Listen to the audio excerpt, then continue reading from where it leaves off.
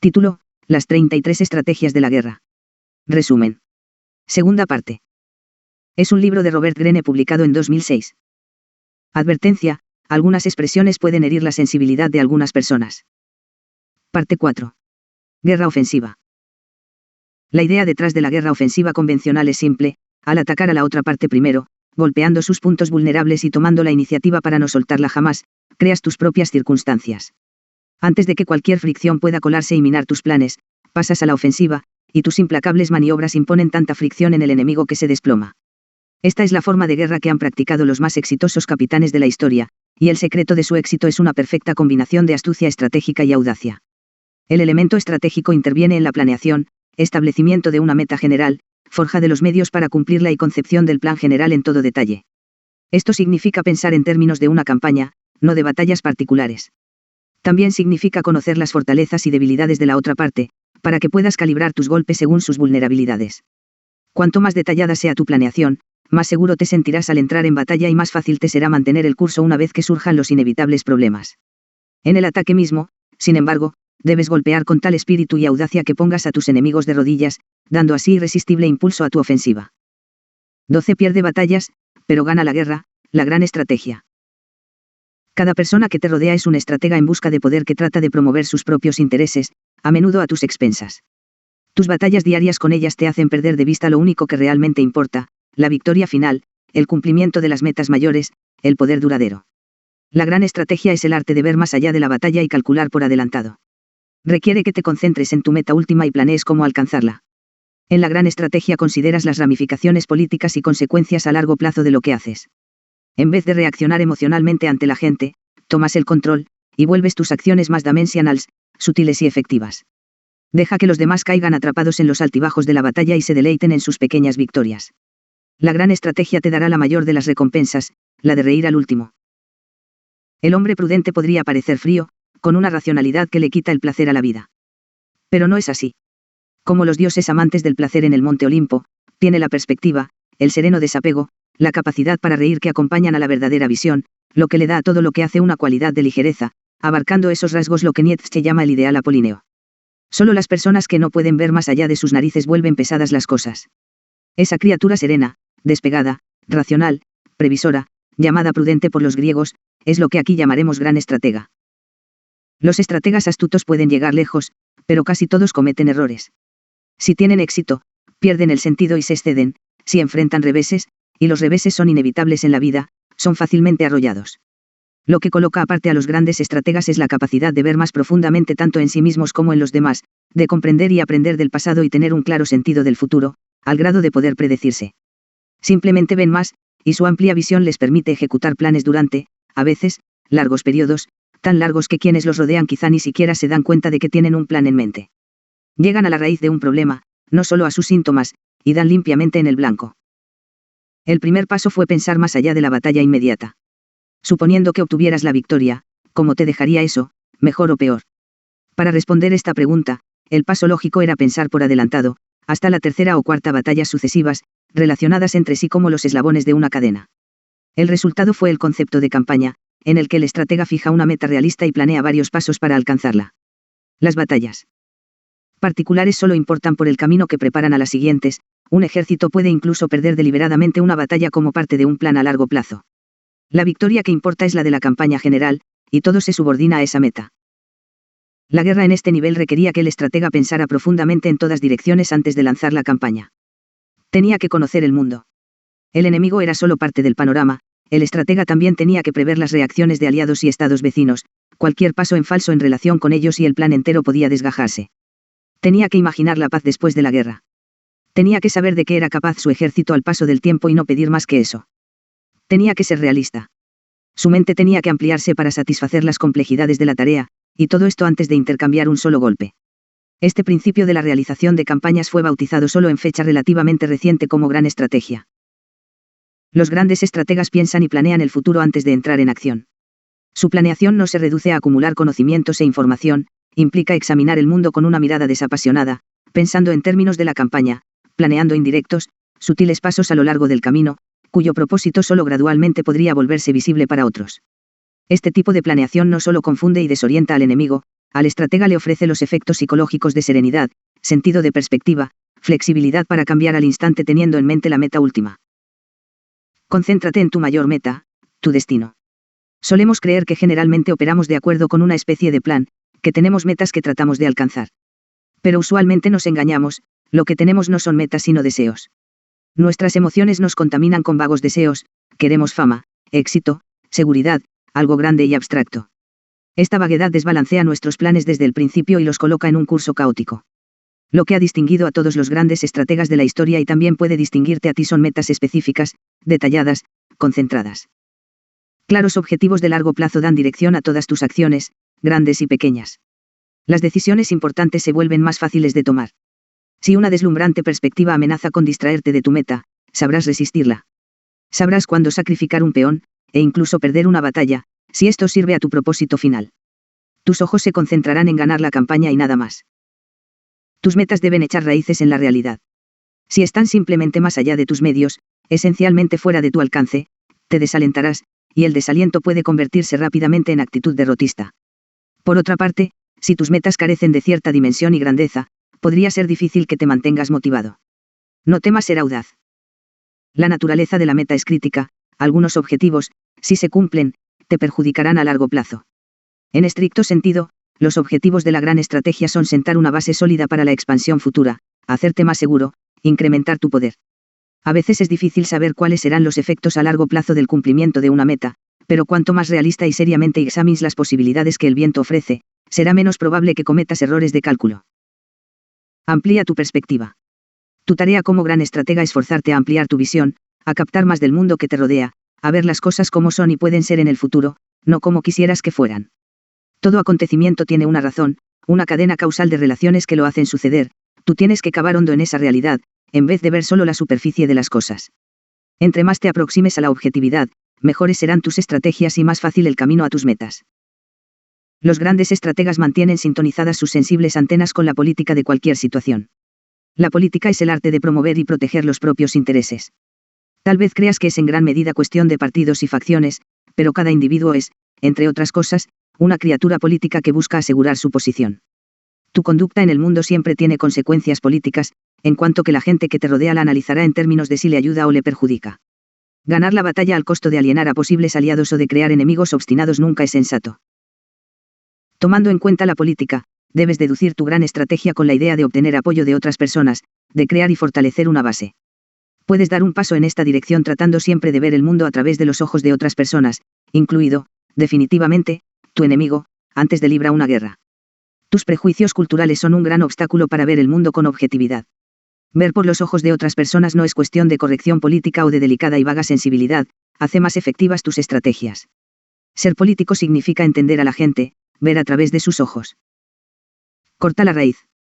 Para elaborar una gran estrategia contra un enemigo, tienes que saber qué lo motiva o cuál es la fuente de su poder. Como gran estratega, debes ampliar tu visión no solo a los lados, sino también abajo. Piensa mucho, cava hondo, no confundas las apariencias con la realidad. Descubre la raíz del problema y podrás hacer una estrategia para cortarla, poniendo fin a la guerra o al problema en forma concluyente. Una parte de la gran estrategia relacionada con cortar la raíz es notar los peligros cuando empiezan a brotar y cortarlos antes de que se vuelvan demasiado grandes para manejarlos. Un gran estratega conoce el valor de la acción preventiva. Toma la ruta indirecta a tu meta. El mayor peligro que enfrentas en la estrategia es perder la iniciativa y verte reaccionando constantemente a lo que la otra parte hace.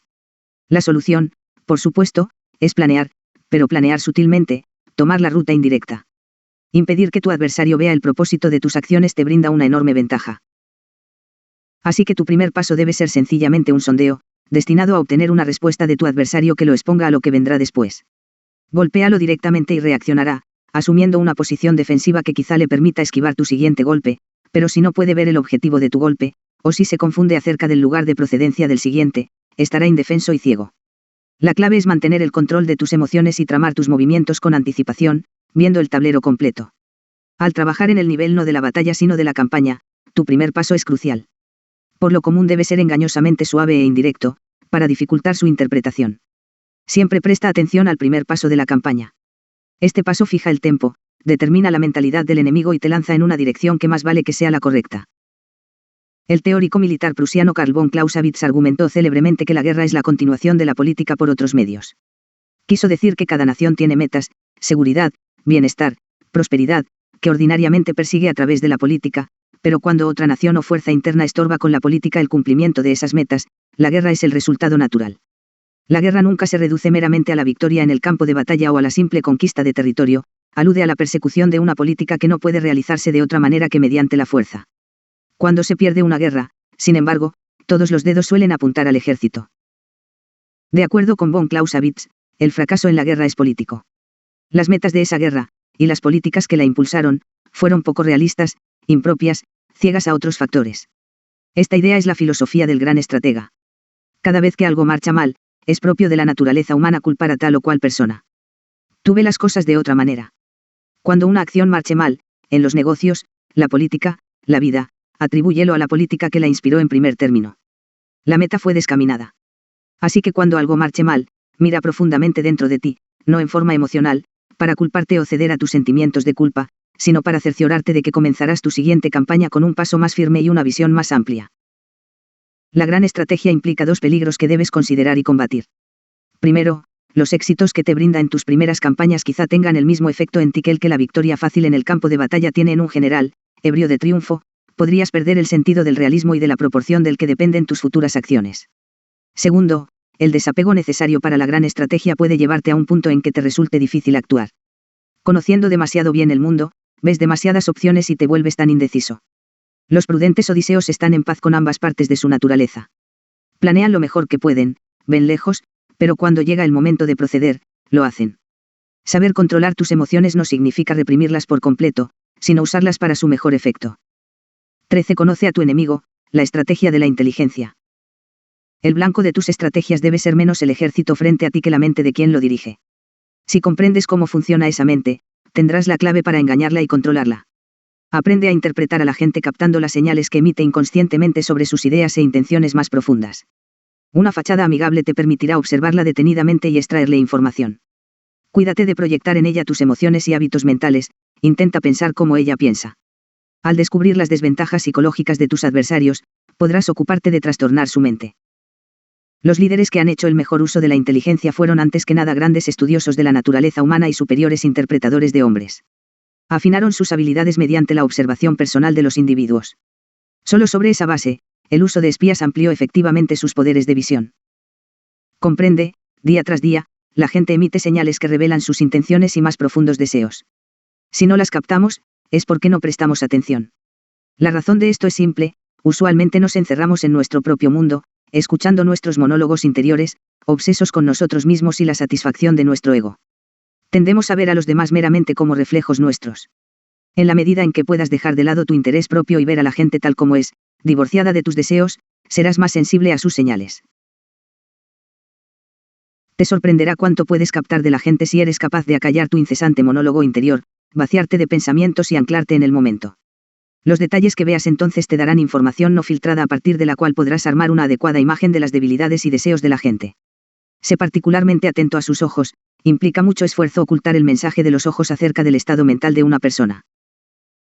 La capacidad de imitar y meterte en los patrones de pensamiento de tus enemigos depende de que recolectes tanta información sobre ellos como puedas, analizando su conducta pasada en cuanto a sus patrones habituales y estando alerta a los signos que emiten en el presente.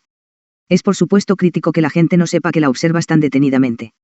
Una fachada amistosa ayudará a disfrazar lo que haces.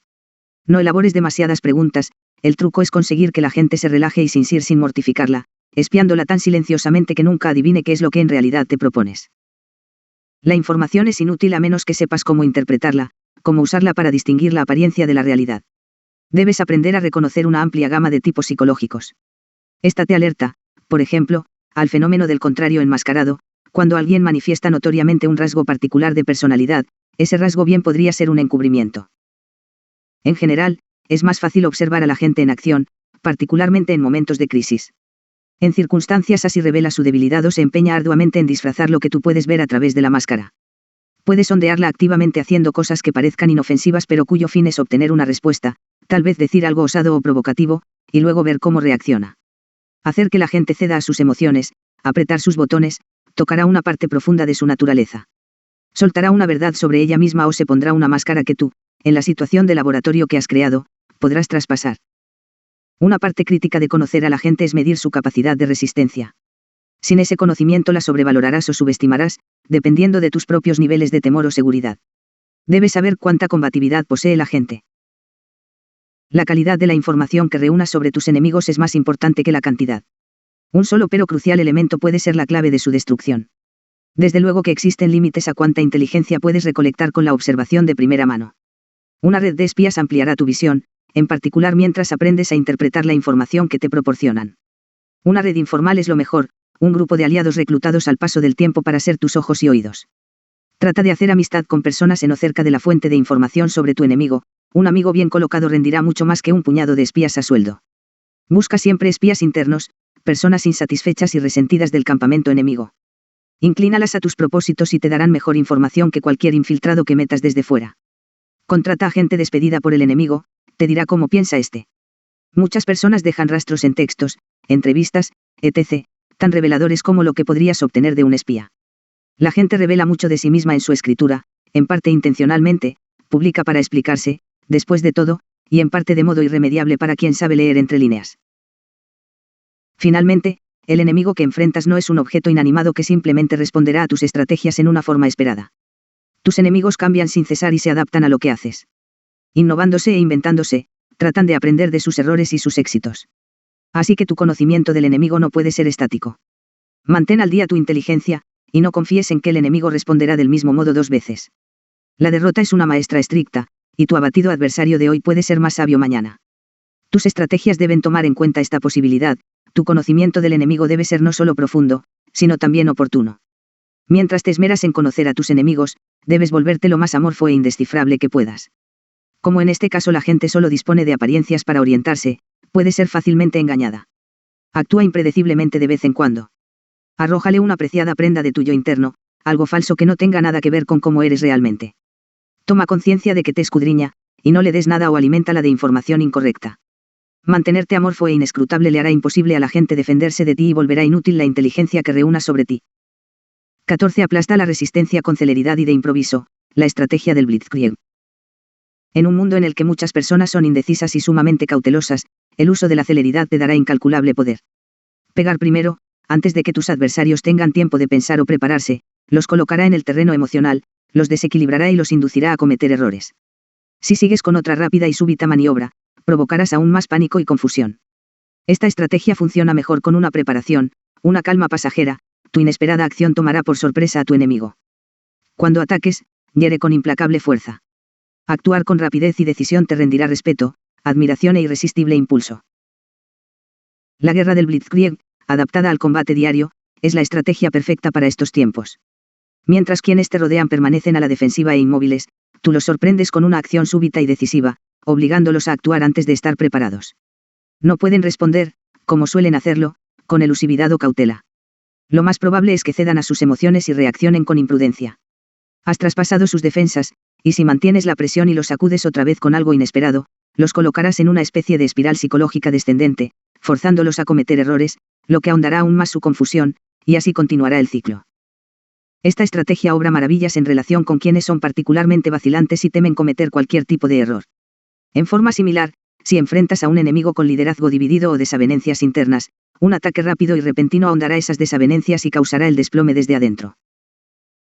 El éxito de esta estrategia depende de 3 cosas: un grupo móvil, con frecuencia, entre más chico, mejor, excelente coordinación entre las partes y capacidad para enviar órdenes rápidamente de un lado a otro de la cadena de mando. No dependas de tecnología para lograr esto. La rapidez, entonces, no es solo un poderoso instrumento contra un enemigo, sino que también puede tener una positiva influencia vigorizante en quienes están de tu lado.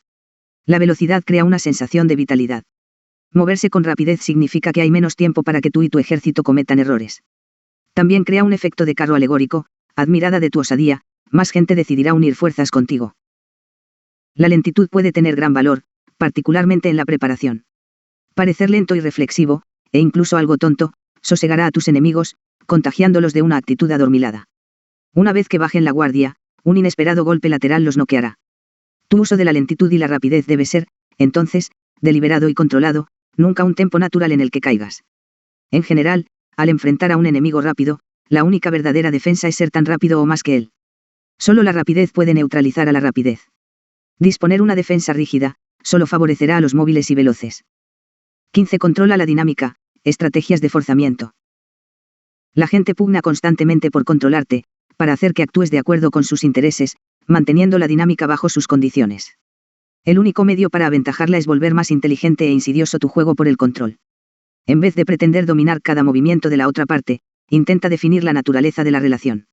Desplaza el conflicto al terreno de tu elección, alterando el paso y los intereses a tu conveniencia. Maniobra para controlar la mente de tus adversarios, apretando sus botones emocionales y obligándolos a cometer errores.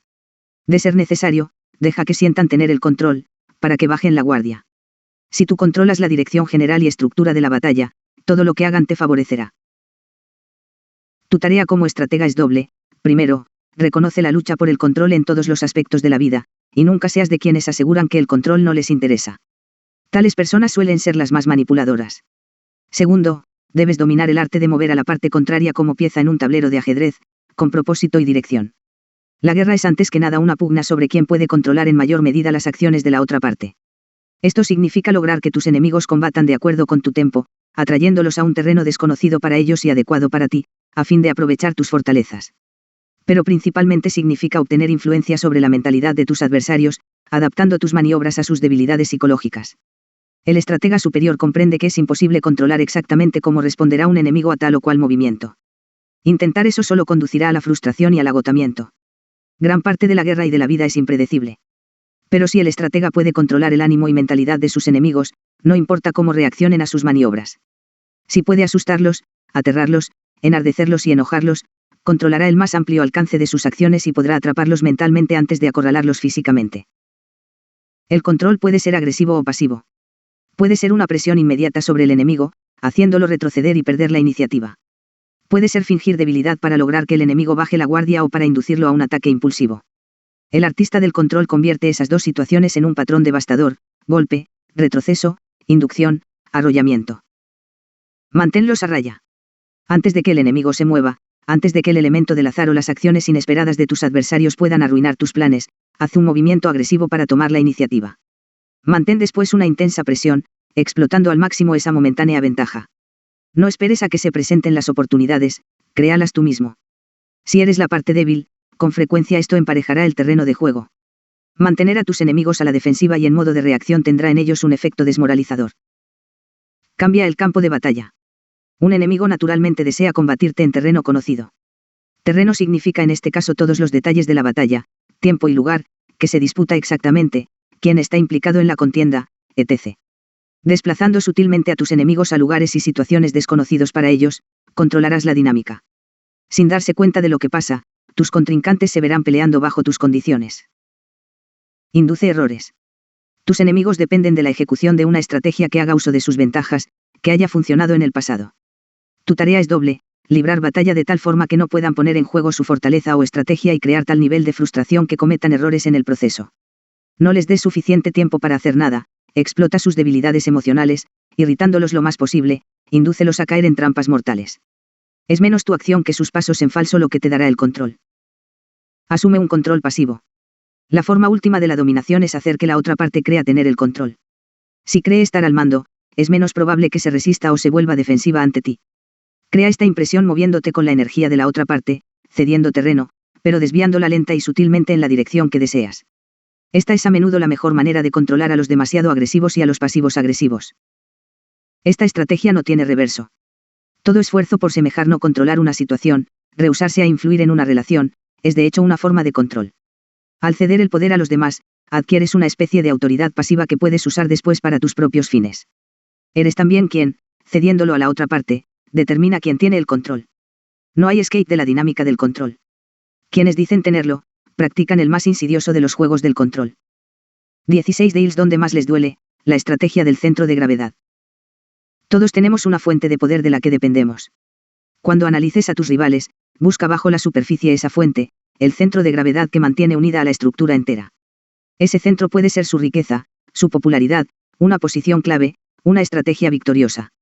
Darles ahí les infligirá dolor desproporcionado. Descubre qué es lo que más aprecia y protege la otra parte, es ahí donde debes atacar. Lo más visible del poder es su manifestación externa, lo que sus testigos ven y sienten. Un ejército posee tamaño, armamento, demostraciones de disciplina, maniobras agresivas, los individuos tienen muchas maneras de mostrar su posición e influencia. Es propio de la naturaleza del poder presentar un aspecto enérgico, parecer amenazante e intimidatorio, fuerte y decidido. Pero su despliegue exterior suele ser exagerado, e incluso francamente engañoso, pues el poder no se atreve a exhibir sus debilidades. Y bajo ese despliegue está el soporte en que el poder descansa, su centro de gravedad. La expresión es de von Clausewitz, quien la definió como el eje de todo poder y movimiento, del que todo depende. Esta es la parte que gobierna al todo, una especie de centro nervioso. Atacar ese centro de gravedad, neutralizarlo o destruirlo, es la máxima estrategia en la guerra, pues sin él toda la estructura se desplomará. Golpear ese centro tendrá devastadores efectos psicológicos, desequilibrando al enemigo e induciendo un pánico reptante. Si los generales convencionales perciben el aspecto físico del ejército enemigo, concentrándose en sus debilidades y tratando de explotarlas, los estrategas superiores ven detrás y más allá de eso, al sistema de apoyo. El centro de gravedad del enemigo es donde una herida le dolerá más, su punto de mayor vulnerabilidad. Pegarle ahí es la mejor manera de terminar un conflicto definitiva y económicamente. La clave es analizar la fuerza enemiga para determinar sus centros de gravedad. Al buscar esos centros, es crucial no dejarse engañar por un aspecto intimidatorio o deslumbrante, confundiendo la apariencia exterior con lo que ésta pone en movimiento. Probablemente tengas que dar varios pasos, uno por uno, para descubrir esa última fuente de poder, desprendiendo capa tras capa. Para encontrar el centro de gravedad de un grupo, debes conocer su estructura y la cultura dentro de la cual opera. Si tus enemigos son individuos, debes comprender su psicología, lo que los hace latir, la estructura de su pensamiento y prioridades. Cuanto más centralizado esté el enemigo, más devastador será un golpe a su líder u órgano de gobierno. Un enemigo más descentralizado tendrá varios centros de gravedad. La clave aquí es desorganizarlos bloqueando la comunicación entre ellos. Suele ser estratégicamente prudente entorpecer las líneas de comunicación de tu enemigo, si las partes no pueden comunicarse con el todo, sobreviene el caos. El centro de gravedad de tu enemigo puede ser algo abstracto, como una cualidad, concepto o aptitud de la que depende, su fama, su capacidad para engañar, el ser impredecible. Pero esas fortalezas se convierten en vulnerabilidades críticas si puedes volverlas poco atractivas o inútiles. Para encontrar el centro de gravedad de un enemigo, tienes que eliminar tu tendencia a pensar en términos convencionales o a suponer que el centro de la otra parte es igual que el tuyo. Con frecuencia ocultamos nuestras fuentes de poder, lo que la mayor parte de la gente considera un centro de gravedad suele ser una fachada. Pero a veces un enemigo revelará su centro de gravedad por lo que protege más fervientemente. En cualquier grupo, el poder y la influencia corresponderán naturalmente a un puñado de personas tras bastidores. Este tipo de poder funciona mejor cuando no está expuesto a la luz del día. Una vez que descubras a la camarilla que jala los hilos, conquístala. Lo que en última instancia guía a un grupo es el centro de mando y control, el cerebro operativo que recibe la información y toma luego las decisiones cruciales. Entorpecer el funcionamiento de ese cerebro causará dislocación en todo el ejército enemigo. En toda interacción con la gente, debes aprender a concentrarte en su fortaleza, la fuente de su poder, lo que sea que le dé su apoyo más crucial. Este conocimiento te brindará muchas opciones estratégicas, muchos ángulos desde los cuales atacar, minando sutil o no tan sutilmente esa fortaleza antes que acometerla de frente. No podrás crear mayor experiencia de pánico en tus enemigos que la de hacerlos sentir incapaces de usar sus fortalezas. 17. Derrótalos minuciosamente, la estrategia de divide y vencerás. Nunca te dejes intimidar por la apariencia de tu enemigo. Examina en cambio las partes que componen al todo. Separando las partes, sembrando disensión y división, podrás derribar hasta al contrincante más formidable. Al preparar tu ataque, opera en su mente para crear conflicto interno. Busca las juntas y uniones, las cosas que unen a la gente en un grupo o a un grupo con otro. División es debilidad, y las uniones son las partes más débiles de cualquier estructura. Frente a contratiempos o enemigos, divide un gran problema en pequeñas partes eminentemente derrotables. Acechando en lo profundo de aún los más civilizados entre nosotros subsiste el mismo temor básico de estar solo, sin apoyo y expuesto al peligro. Hoy la gente está más dispersa y la sociedad menos unida que antes, pero eso solo incrementa nuestra necesidad de pertenecer a un grupo, de tener una fuerte red de aliados, para sentirnos apoyados y protegidos por todas partes. Si quitamos esta percepción, volveremos a nuestra primitiva sensación de terror a causa de nuestra vulnerabilidad. La estrategia de divide y vencerás nunca ha sido tan eficaz como ahora, aleja a la gente de su grupo, hazla sentir alienada, sola y desprotegida, y la debilitarás enormemente. Este momento de debilidad te dará gran poder para maniobrar y arrinconarla, ya sea para atraerla o para inducir pánico y repliegue. Antes de lanzar un ataque directo contra tus enemigos, siempre es prudente debilitarlos, creando la mayor división posible en sus filas. Un buen sitio para poner trabas es entre la dirigencia y la gente, ya sean soldados o ciudadanos, los dirigentes cometen errores cuando pierden el apoyo de la gente. Así que empeñate en hacerlos parecer autoritarios o fuera de la realidad. O quítales sus cimientos. Recuerda, una vez que tu enemigo empiece a dividirse en cualquier forma, la ruptura tenderá a adquirir impulso. La división suele causar más división. Divide y vencerás es una estrategia eficaz para dirigir cualquier grupo. Se basa en un principio clave: en toda organización, la gente forma naturalmente pequeños grupos basados en el interés mutuo, el primitivo deseo de encontrar fortaleza en la cantidad. Estos subgrupos componen bases de poder que, fuera de control, amenazarán a la organización en su conjunto. La formación de bandos y facciones puede ser la peor amenaza para un líder, porque se empeñarán naturalmente en perseguir sus intereses antes que los del grupo. La solución es dividir para dirigir. A fin de lograrlo, antes tienes que establecerte como el centro de poder. Los individuos deben saber que tienen que competir por tu aprobación. Agradar al líder debe ofrecer más ventajas que tratar de formar una base de poder dentro del grupo. En tu grupo pueden emerger facciones muy sutilmente en virtud del hecho de que los expertos en su área podrían no decirte todo lo que hacen. Recuerda, ven solo un panorama reducido, tú estás a cargo de la producción general. Para que dirijas realmente, debes ocupar el centro. Todo debe fluir a través de ti.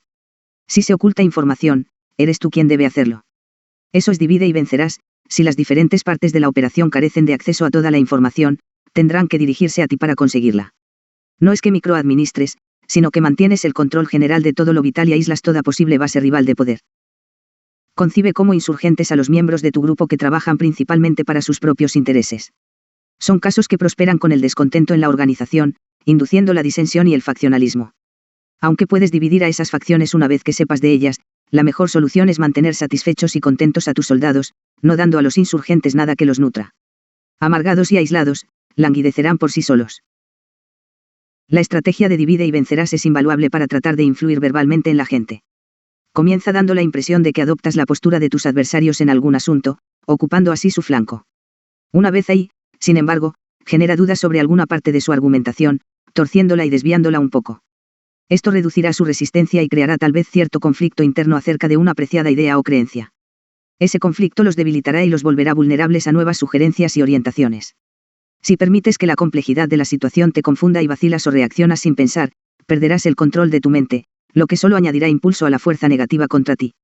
Divide siempre el asunto en cuestión, colocándote primero en una posición central y procediendo después a lo largo de la línea, liquidando tus problemas uno por uno. Suele ser razonable comenzar por el problema menor, mientras mantienes a raya a los más peligrosos. Resolver ese te ayudará a generar impulso, tanto físico como psicológico, lo que contribuirá a que aplastes el resto. Lo más importante es moverte rápido contra tus enemigos. Esperar a que los problemas lleguen a ti no hará sino multiplicarlos y darles un impulso aniquilador. Dividir a tus fuerzas como medio para generar movilidad puede ser una estrategia eficaz. Pero para que su sistema funcionara, se necesita de la precisa coordinación de las partes y el control general de sus movimientos, y la meta última es reunir a las partes para dar un gran golpe. En la guerra de guerrillas, un comandante dispersará a sus fuerzas para que sea más difícil atacarlas, pero también esto exige coordinación. En general, cualquier división de tus fuerzas debe ser temporal, estratégica y controlada. Al atacar a un grupo para sembrar división, ten cuidado de que tu golpe no sea demasiado fuerte, ya que podría tener el efecto contrario y provocar que la gente se una en un momento de gran peligro. Finalmente, en un mundo dividido, obtendrás poder si mantienes unido y cohesionado a tu grupo, y clara tu mente, concentrada en tus metas.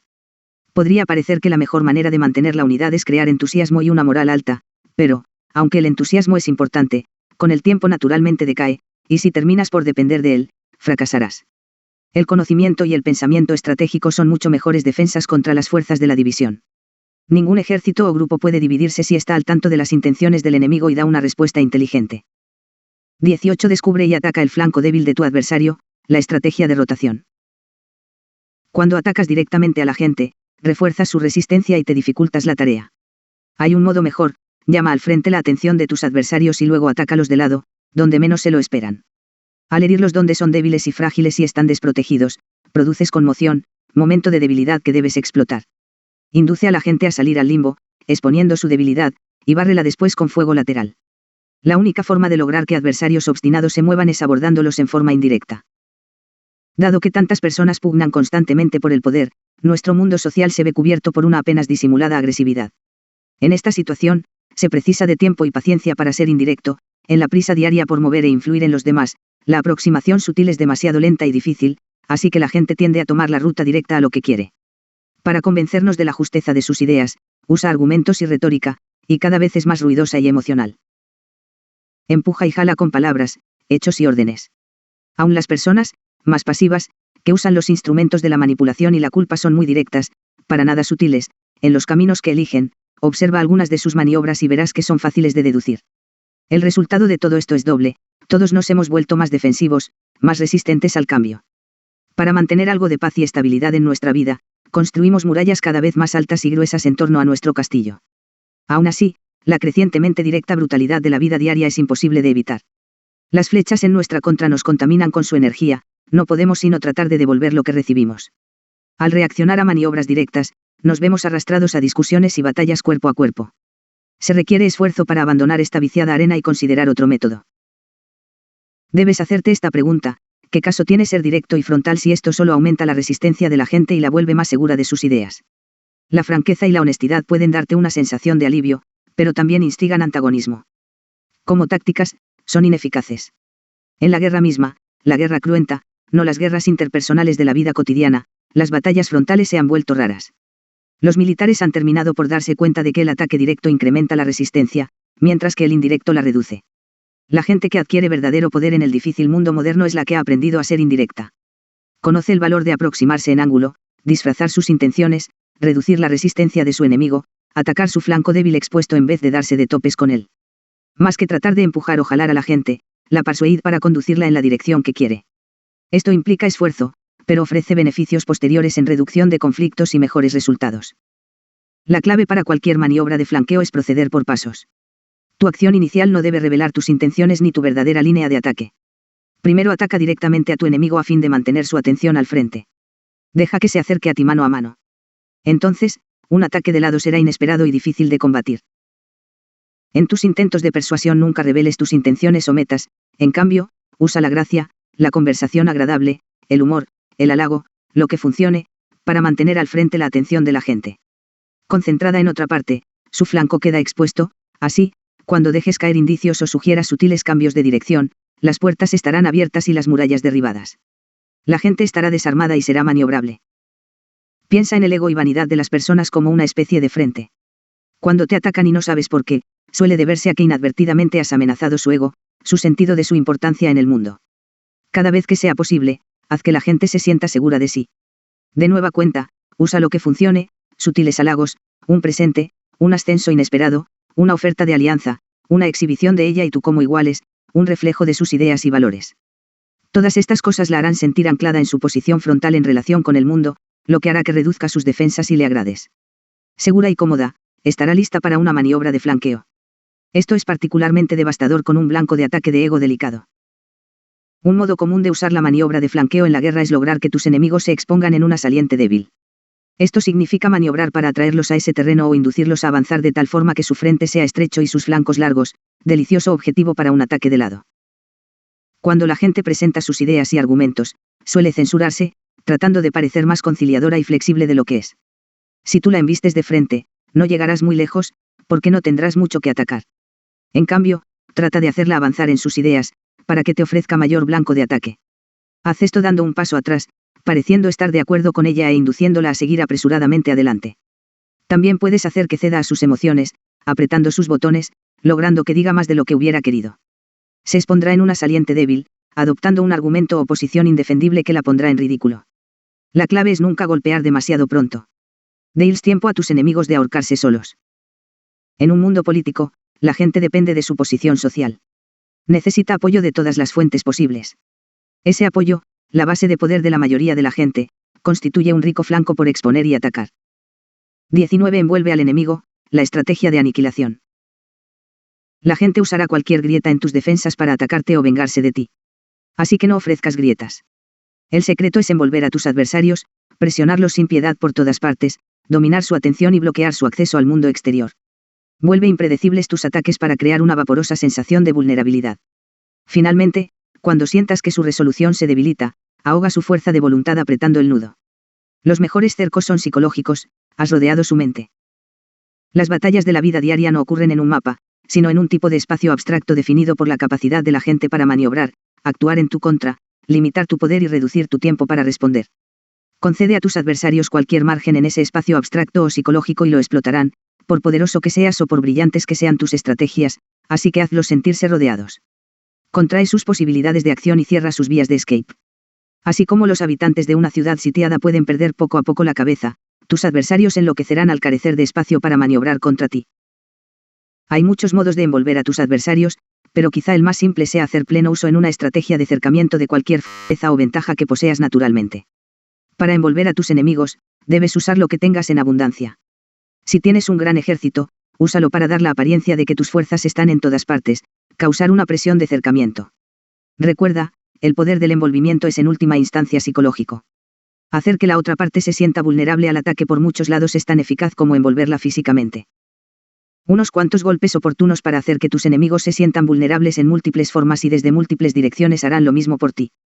A menudo, de hecho, menos es más en este caso, demasiados golpes te darán forma, personalidad, algo ante lo que la otra parte puede responder y desarrollar una estrategia de combate.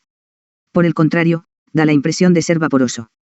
Haz que tus maniobras sean imposibles de anticipar. Tu cercamiento psicológico será absolutamente siniestro y completo.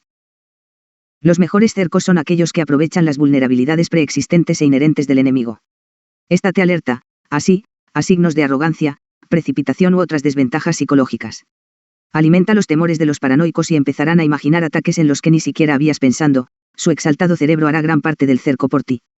Los impetuosos, violentos y arrogantes son particularmente fáciles de atraer a las trampas de las estrategias de envolvimiento, hazte pasar por débil o tonto y te atacarán sin detenerse a pensar a dónde van. Sin embargo, cualquier desventaja emocional de parte del adversario, o cualquier gran deseo o anhelo incumplido, puede ser ingrediente del cercamiento.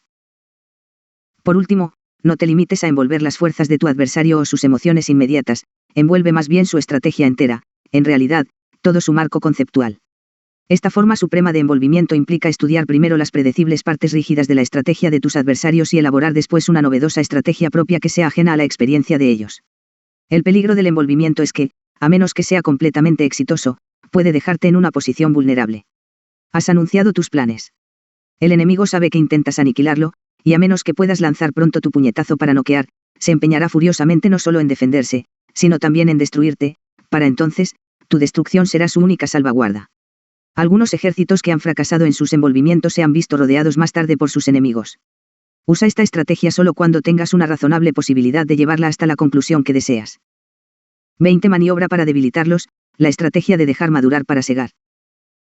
Por fuerte que seas, librar interminables batallas con la gente es agotador, costoso y poco imaginativo. Los estrategas sabios prefieren el arte de maniobrar, antes siquiera de empezada la batalla, buscan la forma de poner a sus adversarios en una posición débil para que la victoria sea fácil y rápida. Induce a tus enemigos a asumir posiciones que parezcan tentadoras pero que en realidad sean trampas y callejones sin salida. Si su posición es fuerte, haz que la abandonen incitándolos a una persecución inútil. Produce dilemas, idea maniobras que les ofrezcan opciones de respuesta, todas ellas negativas. Canaliza el caos y el desorden en su dirección. Los adversarios confundidos, frustrados y enojados son como frutos maduros en la rama, la menor brisa los hará caer. La filosofía de la guerra de maniobra fue codificada por Sun Tzu en su Arte de la Guerra, escrito en el período de los estados guerreros de China, del siglo V al 3 AC, más de 200 años de crecientes ciclos de guerra en los que la sobrevivencia misma de un estado dependía de su ejército y estrategas. Para Sun Tzu y sus contemporáneos, era obvio que los costos de la guerra iban mucho más allá del conteo de cadáveres, implicaban una pérdida de recursos y de voluntad política y una baja en la moral de soldados y ciudadanos. Estos costos aumentaban al paso del tiempo, hasta que, por fin, aún la mayor nación guerrera sucumbía al agotamiento. Maniobrando diestramente, sin embargo, un estado podía ahorrarse costos tan altos y aún así salir victorioso. Un enemigo colocado mediante la maniobra en una posición débil sucumbía más fácilmente a la presión psicológica, aún antes de iniciada la batalla, empezaba imperceptiblemente a derrumbarse, y se rendía sin siquiera combatir. En una cultura de desgaste, las ideas gravitan naturalmente hacia cómo vencer problemas, obstáculos, a aquellos que se nos resisten. En los medios de información, el énfasis se pone en las grandes batallas, ya sea en la política o las artes, situaciones estáticas en las que hay ganadores y perdedores. A la gente le atrae la cualidad emocional y dramática de una confrontación, no los muchos pasos que condujeron a ella. Las historias que se cuentan en esas culturas apuntan a tales momentos bélicos, mensaje moral que se predica hasta el cansancio, a diferencia de los detalles, más reveladores. Asimismo, esta manera de combatir se considera más viril, honorable y honesta. Más que nada, la guerra de maniobra es una manera diferente de pensar. Lo que importa aquí es el proceso, los pasos hacia la batalla y cómo manipularlos para que la confrontación sea menos costosa y violenta. En el universo de la maniobra, nada es estático. Las batallas son, en efecto, ilusiones dramáticas, breves momentos en el largo flujo de los hechos, el cual es móvil, dinámico y susceptible de alteración a través de la cautelosa estrategia. Esta manera de pensar no encuentra honor ni moral en perder tiempo, energía y vidas en una batalla. A las guerras de desgaste se les juzga, en cambio, indolentes, eco de la primitiva tendencia humana a la defensa reactiva, y reflexiva. Haz un plan con ramificaciones. La guerra de maniobra depende de la planeación, y el plan debe ser el correcto. Demasiado rígido y no tendrás margen para adaptarte al inevitable caos y fricción de la guerra, demasiado laxo y los hechos imprevistos te confundirán y abrumarán.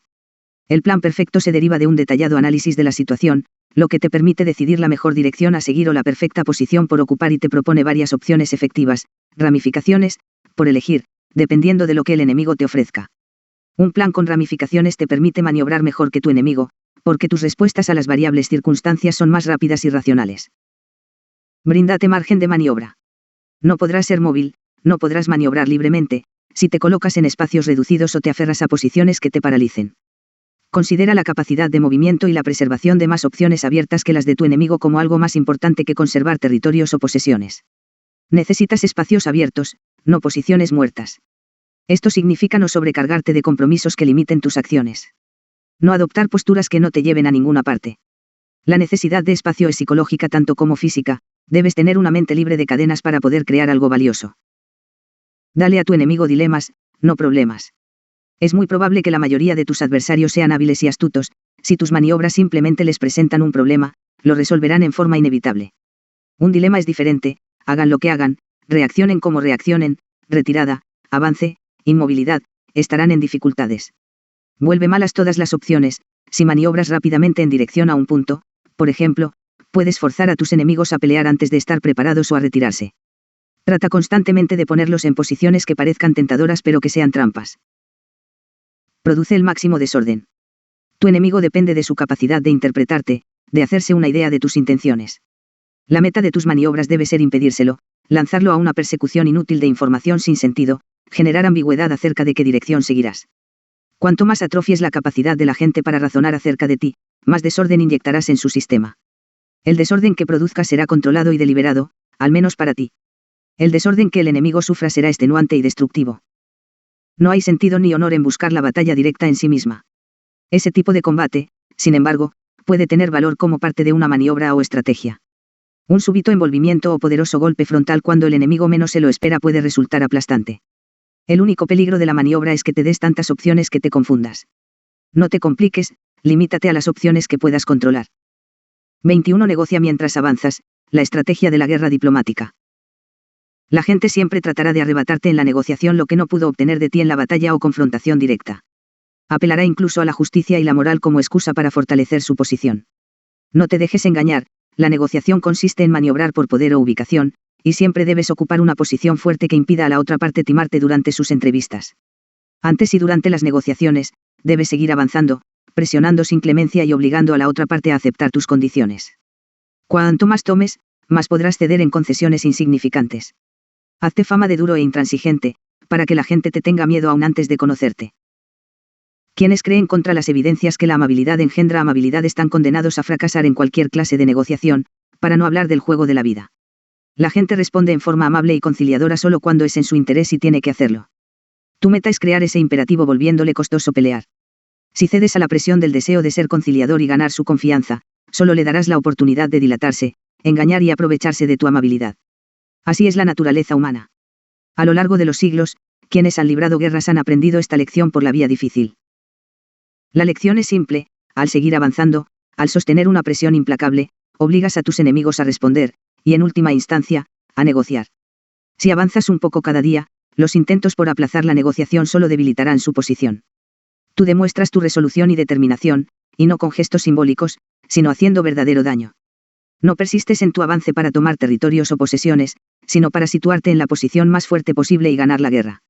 Una vez que hayas obligado a tus enemigos a llegar a un acuerdo, tendrás margen para hacer concesiones y devolver una parte de lo que tomaste.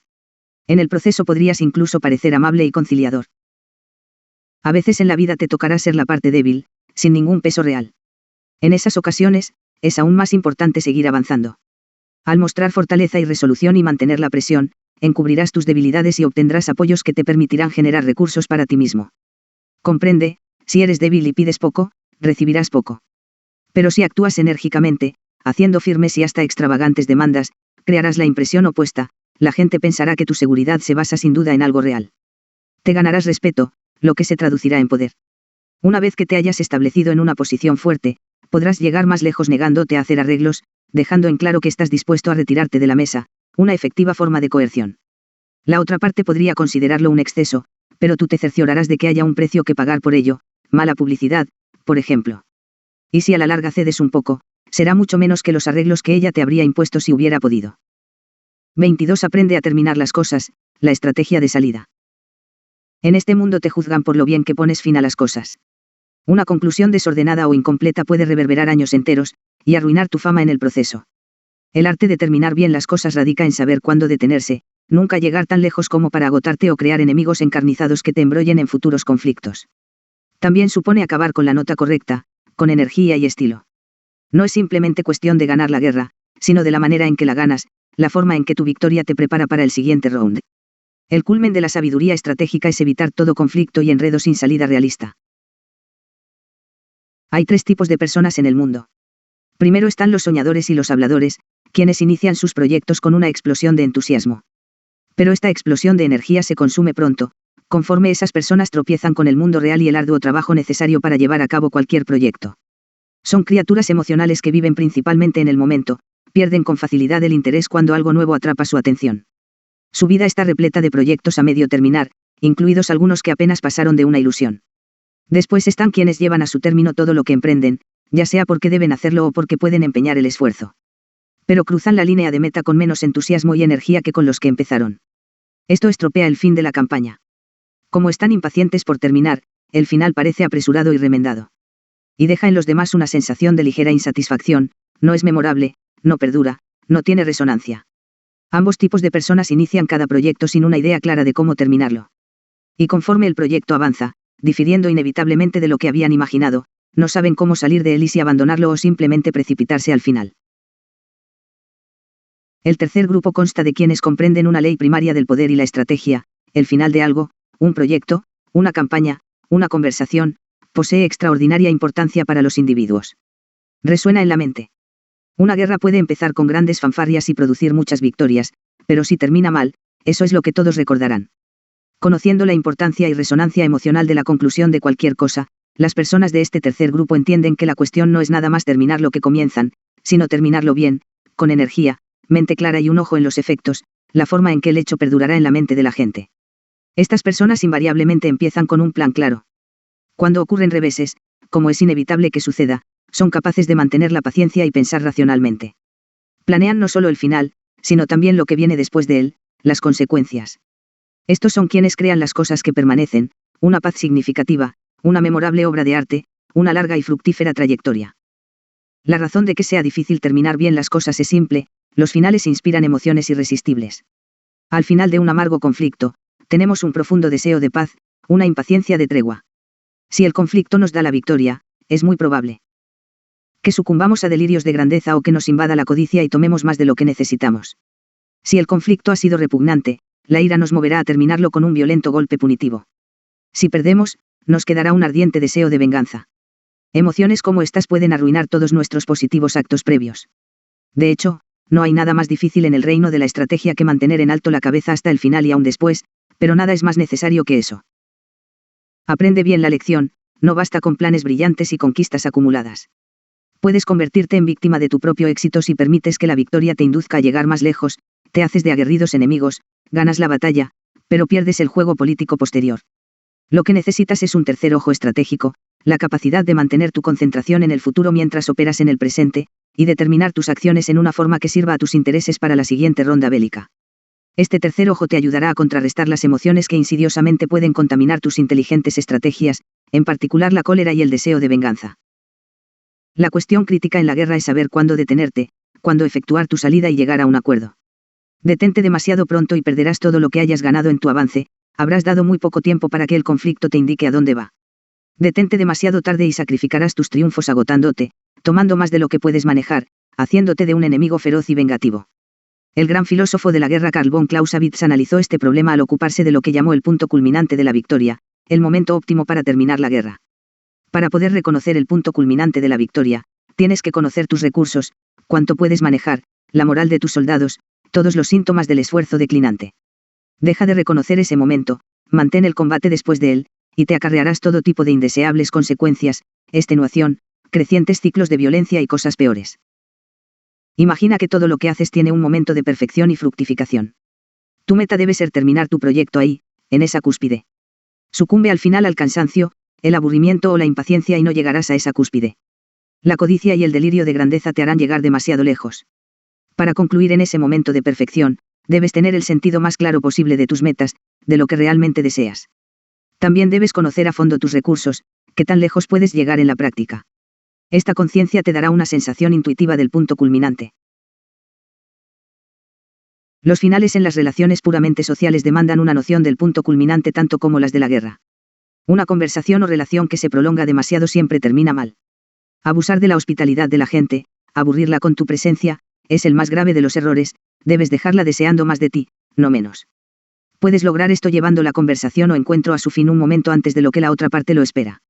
Márchate demasiado pronto y podrías parecer tímido o rudo, pero si partes en el momento justo, en la cima del disfrute y la vivacidad, el punto culminante, producirás un efecto devastadoramente positivo. La gente seguirá pensando en ti mucho después de que te hayas ido. En general, siempre es mejor terminar con energía y estilo, con una nota alta. Victoria y derrota son lo que haces con ellas, es la forma en que las manejas lo que importa. Como la derrota es inevitable en la vida, debes dominar el arte de perder limpia y estratégicamente. Primero, piensa en tu perspectiva mental, cómo asimilas psicológicamente la derrota. Vela como un revés temporal, algo que te despierta y te enseña una lección, e incluso al perder, termina con una nota alta y una ventaja, la de estar mentalmente preparado para lanzarte a la ofensiva en la siguiente ronda. Con demasiada frecuencia, quienes tienen éxito se vuelven blandos e imprudentes, tú debes dar la bienvenida a la derrota como un medio para ser más fuerte. Segundo, debes ver toda derrota como una manera de demostrarles a los demás algo positivo de ti mismo y de tu carácter. Esto quiere decir mantenerte de pie, no mostrar signos de rencor o defensividad. Tercero, si ves que la derrota es inevitable, lo mejor suele ser retirarte. De esta manera terminarás con una nota alta aun si pierdes. Esto ayuda a unir a las tropas, dándoles esperanza en el futuro. Tú no tienes que experimentar martirio físico, pero un despliegue de heroísmo y energía convierte la derrota en una victoria moral que pronto se traducirá en una victoria concreta. Sembrar las semillas de la victoria futura en la derrota presente es brillantez estratégica del mayor orden. Por último, puesto que todo final es una especie de principio de la siguiente fase, con frecuencia es una estrategia sabia terminar con una nota ambivalente. Si te reconcilias con un enemigo después de una batalla, da a entender sutilmente que sigues teniendo un residuo de duda, que la otra parte aún debe demostrarte su buena fe. Cuando una campaña o proyecto llega a su fin, deja a la gente sintiendo que no puede prever qué harás después, manténla en suspenso, jugando con su atención. Al terminar con una nota de misterio y ambigüedad, una señal mixta, un comentario insinuante, un toque de duda, tomas la delantera para la siguiente ronda en la más sutil e insidiosa de las maneras. Parte 5. Guerra no convencional. Sucia. Un general que libra una guerra debe buscar constantemente una ventaja sobre su adversario. La mayor ventaja procede del factor sorpresa, de atacar a los enemigos con estrategias novedosas, ajenas a su experiencia, completamente no convencionales. Está en la naturaleza de la guerra, sin embargo, que al paso del tiempo cualquier estrategia de posible aplicación se ensaye y someta a prueba, así que la búsqueda de lo nuevo y poco convencional tiene una tendencia innata a ser cada vez más extremosa. Al mismo tiempo, los códigos morales y de ética que rigieron sobre la guerra durante siglos se han relajado gradualmente. Estos dos efectos convergen en lo que hoy llamamos guerra sucia, en la cual todo se vale, hasta la muerte de miles de civiles desprevenidos. La guerra sucia es política, engañosa y sumamente manipuladora. A menudo el último recurso del débil y el desesperado, usa todos los medios disponibles para nivelar el campo de juego. La dinámica de lo sucio se ha filtrado a la sociedad y la cultura en general. La gente recurre al disimulo, parece amable y decente, pero usa métodos escurridizos y descaminados tras bastidores. Lo no convencional tiene su propia lógica, que debes entender. Primero, nada es nuevo mucho tiempo. Quienes dependen de la novedad deben hallar constantemente una idea fresca que vaya contra las ortodoxias del momento. Segundo, la gente que usa métodos no convencionales es muy difícil de combatir. La clásica ruta directa, el uso de la fuerza, no funciona.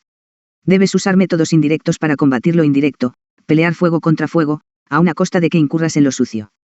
Tratar de mantenerte limpio por un imperativo moral es arriesgarte a la derrota. 23. Teje una mezcla inconsútil de realidad y ficción, estrategias de percepción errónea. Dado que ninguna criatura puede sobrevivir sin la capacidad de ver o sentir qué pasa a su alrededor, dificúltales a tus enemigos saber qué pasa a su alrededor, incluido lo que tú haces. Perturba su enfoque y debilitarás sus facultades estratégicas. Las percepciones de la gente son filtradas por sus emociones, tiende a interpretar el mundo según lo que quiere ver. Alimenta sus expectativas, fabrica una realidad acorde con sus deseos y se confundirá. Los mejores engaños se basan en la ambigüedad, la mezcla de realidad y ficción de tal modo que una no pueda desenredarse de la otra. Controla la forma en que los demás perciben la realidad y los controlarás a ellos. 24. Adopta la línea menos esperada, la estrategia de lo ordinario extraordinario. La gente espera que tu conducta se ajuste a los patrones y convenciones establecidos. Tu tarea como estratega es arruinar sus expectativas. Sorpréndela y el caos y lo impredecible, que ella trata desesperadamente de mantener a raya, entrarán a su mundo, y en el consecuente desorden mental, caerán sus defensas y ella será vulnerable. Haz primero algo ordinario y convencional para fijar su imagen de ti, y sorpréndela después con lo extraordinario. El terror es mayor por repentino. Nunca confíes en una estrategia heterodoxa que haya funcionado antes, será convencional para la segunda ocasión. A veces lo ordinario es extraordinario por inesperado. 25. Ocupa el trono moral, la estrategia virtuosa. En un mundo político, la causa que defiendes debe parecer más justa que la del enemigo. Concibe esto como un terreno moral que la otra parte y tú se disputan, cuestionando los motivos de tus adversarios y haciéndolos parecer malos, puedes reducir su base de apoyo y margen de maniobra. Pon la mira en los puntos débiles de su imagen pública, exponiendo sus hipocresías. Nunca supongas que la justicia de tu causa es evidente, hazla pública y promuévela. Cuando caigas bajo el ataque moral de un enemigo astuto, no te quejes ni enojes, pelea fuego contra fuego. De ser posible, sitúate como si fueras desvalido, la víctima, el mártir. Aprende a infligir culpa como arma moral. 26. Niégales blancos de ataque, la estrategia del vacío. La sensación de vacío, silencio, aislamiento, inacción con los demás, es intolerable para la mayoría de la gente. Como debilidad humana, ese temor ofrece terreno fértil para una eficaz estrategia, no le des a tus enemigos blanco de ataque, sé peligroso pero elusivo e invisible y míralos después perseguirte en el vacío. Esta es la esencia de la guerra de guerrillas. En vez de batallas frontales, realiza irritantes pero dañinos ataques laterales y correrías. Frustrados por la imposibilidad de usar su fuerza contra tu vaporosa campaña, tus adversarios se volverán irracionales y se cansarán. Haz de tu guerra de guerrillas parte de una gran causa política, una guerra popular, que culmine en una irresistible revolución. 27. Simula defender los intereses ajenos mientras promueves los tuyos, la estrategia de la alianza. La mejor forma de favorecer tu causa con el mínimo esfuerzo y derramamiento de sangre es forjar una red de alianzas siempre variable, para que los demás compensen tus deficiencias, hagan tu trabajo sucio, libren tus guerras y gasten energía tirando de ti. El arte consiste en elegir a los aliados que satisfagan las necesidades del momento y llenen los vacíos de tu poder. Deles regalos, ofréceles tu amistad, ayúdalos en caso de necesidad, todo para cegarlos a la realidad y ponerlos bajo sutil obligación contigo. Al mismo tiempo, debes sembrar disensión en las alianzas de los demás, para debilitar a tus enemigos aislándolos. Mientras formas convenientes coaliciones, mantente libre de negativos enredos. 28. De suficiente cuerda a tus rivales para que se ahorquen, la estrategia de aventajar a los demás. Los mayores peligros de la vida no suelen proceder de enemigos externos, sino de nuestros supuestos colegas y amigos, que fingen trabajar por la causa común mientras intrigan para sabotearnos y robar nuestras ideas en su beneficio. Aunque, en la corte en que te desenvuelves, debes mantener la apariencia de consideración y civilidad, también debes aprender a derrotar a esa gente. Infunde dudas e inseguridades en esos rivales, para obligarlos a pensar demasiado y actuar a la defensiva.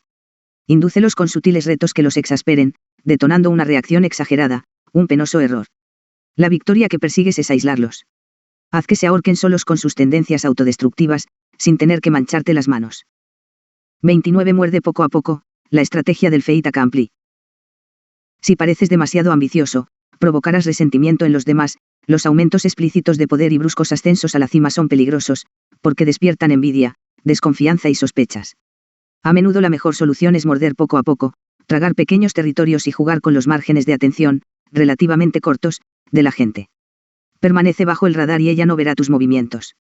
Y si lo hace, quizá ya sea demasiado tarde, el territorio es tuyo, un fait accompli o hecho consumado. Siempre podrás afirmar que actuaste en defensa propia. Antes de que la gente se dé cuenta, habrás acumulado un imperio. 30. Penetra su mente, estrategias de comunicación. La comunicación es una especie de guerra, y su campo de batalla, la reacia y defensivamente de la gente en la que quieres influir. La meta es avanzar, penetrar sus defensas y ocupar su mente. Cualquier otra cosa es comunicación ineficaz, palabrería autoindulgente. Aprende a infiltrar tus ideas tras las líneas enemigas enviando mensajes por medio de pequeños detalles e induciendo a la gente a llegar a las conclusiones que tú deseas y a pensar que llegó a ellas por sí sola. A algunos podrás engañarlos encubriendo tus ideas extraordinarias bajo formas ordinarias, otros, más resistentes y planos, deben ser sacudidos con un lenguaje extremo erizado de novedad. Evita a toda costa un lenguaje estático, sermoneador y demasiado personal. Haz de tus palabras una chispa para la acción, no para la contemplación pasiva. 31. Destruye desde dentro, la estrategia del frente interno. Una guerra solo puede librarse cuando el enemigo aparece. Al infiltrar las filas de tus adversarios y operar desde dentro para abatirlos, no les ofreces nada que ver o contra lo cual reaccionar, la ventaja suprema. Desde dentro, también conoces sus debilidades y abres oportunidades de sembrar la disensión interna. Para tomar lo que deseas, no riñas con quienes lo tienen, úneteles y apodérate después lentamente de eso, o espera el momento de lanzar un golpe de estado. Ninguna estructura puede durar mucho tiempo cuando se pudre desde dentro. 32. Domina mientras simula sumisión, la estrategia de la agresividad pasiva. Todo intento por rendir a la gente a tu voluntad es una forma de agresión. Y en un mundo en el que las consideraciones políticas son primordiales, la forma de agresión más eficaz es la más oculta, la agresividad detrás de un exterior dócil y hasta amable. Para seguir la estrategia agresiva pasiva debes simular congeniar con la gente, sin ofrecer resistencia. Pero en realidad tú dominas la situación. Eres reservado, incluso un poco débil, pero esto solo significa que todo gira a tu alrededor. Quizá algunas personas perciban lo que persigues y se enojen. No te preocupes, solo cerciórate de disfrazar lo suficiente tu agresividad para que puedas negar que existe. Hazlo bien y se sentirán culpables de acusarte. La agresividad pasiva es una estrategia popular, debes aprender a defenderte de las vastas legiones de guerreros agresivos pasivos que te acometerán en tu vida diaria. 33. Siembra incertidumbre y pánico con actos de terror, la estrategia de la reacción en cadena. El terror es el medio supremo para paralizar el deseo de resistencia de la gente y destruir su capacidad de planear una respuesta estratégica. Ese poder se obtiene mediante esporádicos actos de violencia que producen una constante sensación de amenaza, incubando un temor que se extiende por toda la esfera pública. La meta de una campaña de terror no es ganar en el campo de batalla, sino causar el máximo caos y provocar que la otra parte caiga en una desesperación extrema. Confundiéndose invisiblemente entre la población, ajustando sus acciones a los medios de información, los estrategas del terror crean la ilusión de estar en todas partes, y por lo tanto de ser más poderosos de lo que son en realidad. Es una guerra de nervios. Las víctimas del terror no deben sucumbir al temor, ni siquiera a la ira, para poder trazar una contraestrategia eficaz, deben mantener el equilibrio. De cara a una campaña de terror, la racionalidad individual es la última línea de defensa.